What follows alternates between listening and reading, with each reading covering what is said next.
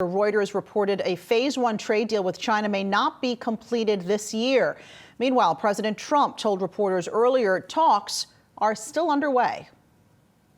We continue to talk to China.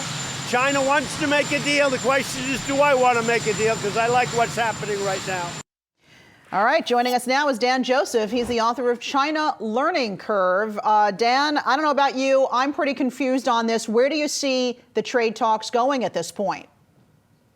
Oh, well, that's the $64,000 question. I'm not sure who has a good answer to that. We've seen these up and downs before. We've seen positive reports on both sides, followed by reports that people are backing off, a little more pessimistic.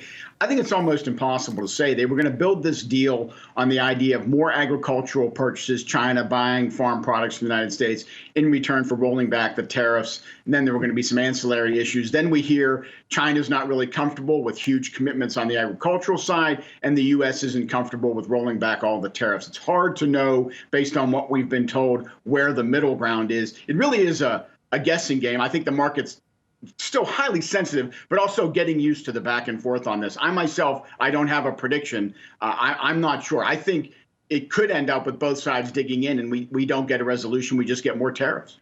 And so you think that these December tariffs, which would go into effect December 15th, you think they're still very much on the table? Or do they say, OK, wait a minute, we don't have a phase one trade deal, so we're going to hold off on that next round of tariffs? It's really hard to say because the ball is in Donald Trump's hands. And I think he balances, A, how the negotiations are going, with B, what he thinks the economy needs. I think he's inclined to continue to put pressure on whomever he's negotiating with. He likes leverage. He likes pressure. So I don't think he's afraid of the tariffs. Now, if his economic advisors are telling him that we don't need this kind of hit to consumer spending rolling into next year, maybe we'll see a change of heart on his part. But I think he's intent on continuing to push the Chinese. So I wouldn't be surprised at all to see those additional tariffs. Now, also, there are some new developments here because Hong Kong protesters, we know, continue to sit in at a university for the fourth straight day, although we must say the crowd has gotten smaller there. But this comes as the Senate has just passed a bill aimed at protecting human rights in Hong Kong. We know that has angered Beijing.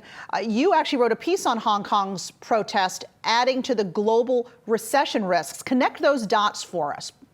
Well, let me do that real quick. First of all, we have a global economy that's overburdened with debt, running out of momentum. And so on a little skittish territory right now, things are slowing. Predictions for next year are weakness. On top of that, we have extreme concern over the U.S.-China trade talks. What could happen here is, let's say China intervenes in Hong Kong. The United States is going to react negatively almost no matter what happens.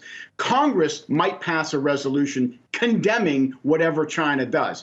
The Chinese are likely to be offended by that. Let's just say the Chinese have an NBA type of reaction. Not just the government, but the people really condemn what the United States is commenting on, saying that we're butting into their business. And there's almost a U.S. boycott type of mentality.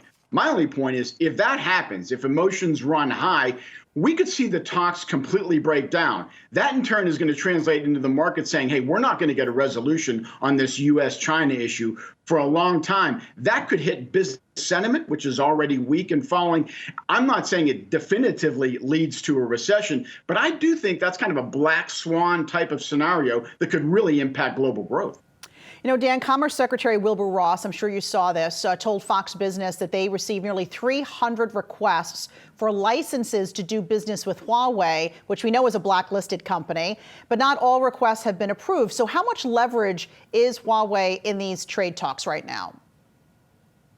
Another great question. Clearly, by extending Huawei's license to continue to do business, or the ability of American companies to do business with Huawei for another 90 days, the United States is not closing the book on what they're going to do about Huawei. They still want to keep it in play.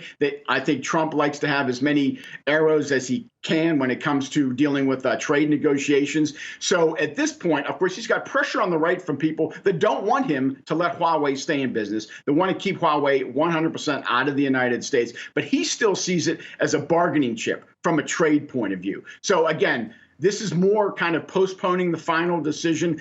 I think Trump does not want to close the door on Huawei until he at least gets this phase one deal done. So I think that's probably good for the companies that sell to Huawei, but we don't have a resolution there yet. Difficult to predict. All right, Dan Joseph, good to have you on the show. Thank you. Hey investors, Zach Guzman here. Are you interested in learning more about the markets and getting the latest financial news? Well, then click right here to subscribe to our Yahoo Finance YouTube channel. Get the latest up-to-the-minute market analysis, big interviews in the world of finance, and information on how to manage your money every day wherever you are.